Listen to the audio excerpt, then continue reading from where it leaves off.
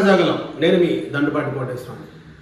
కేజ్రీవాల్ గమ్మత్తుగా నిన్న బయటకు వచ్చింది కదా జైలు నుంచి, ఏం మాట్లాడో తెలియక ప్రధానమంత్రి మోడీ మీద బీజేపీ 75 ఏళ్ళు దాటిన తర్వాత రిటైర్మెంట్ ప్రకటించింది.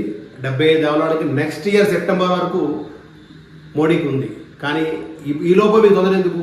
ఈ ప్రధాని ఎవరు అంటే ఇప్పుడు ప్రధాని ఉన్నాడు, రేపు ప్రధాని ఎవరు అనేది అడగాలి. ఇప్పుడు సెప్టెంబర్ తర్వాత చాలామంది ఉన్నారు.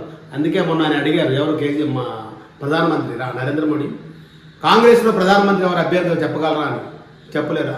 మీకు అసలు మీరు రేపు పొద్దున్న మళ్ళీ ఢిల్లీలో పీఠం ఉంటుందా ఏమని అన్నాడు ఒకసారి. मैं बीजेपी से पूछता हूं, आपका प्रधानमंत्री कौन है?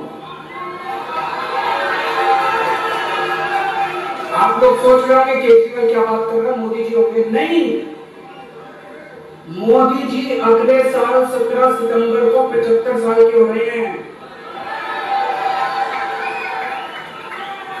बीजेपी के अंदर मोदी जी ने 2014 में मोदी जी ने खुद ने रूल बनाया था कि बीजेपी के अंदर जो भी 75 साल का होगा उसको रिटायर कर दिया जाएगा।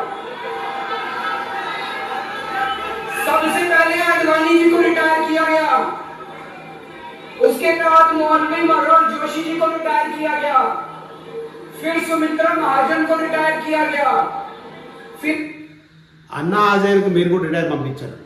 ఒకసారి ఆలోచించండి. అన్నా హజారే లేకపోతే ఈరోజు కేజ్రీవాలే లేదు, పార్టీ లేదు, ఆప్ లేదు. ఒకసారి మీ రాష్ట్రం వరకు లేకపోతే ఇంకో 4-5 రాష్ట్రాల వరకు మీరు మంచి చేశారో మంచి జరుగుతుందేమో మనం చూద్దాం. కానీ ప్రధానమంత్రి ఎవరు? ఈ భారతదేశంలో గత 10 ఏళ్ళలో ఎప్పుడు కూడా ఏ బాంబ్ బ్లాస్ట్లు కానీ ఏవి జరగకుండా కాపాడింది ఒక మోడీ అని చెప్పుకుంటారు జనాలు.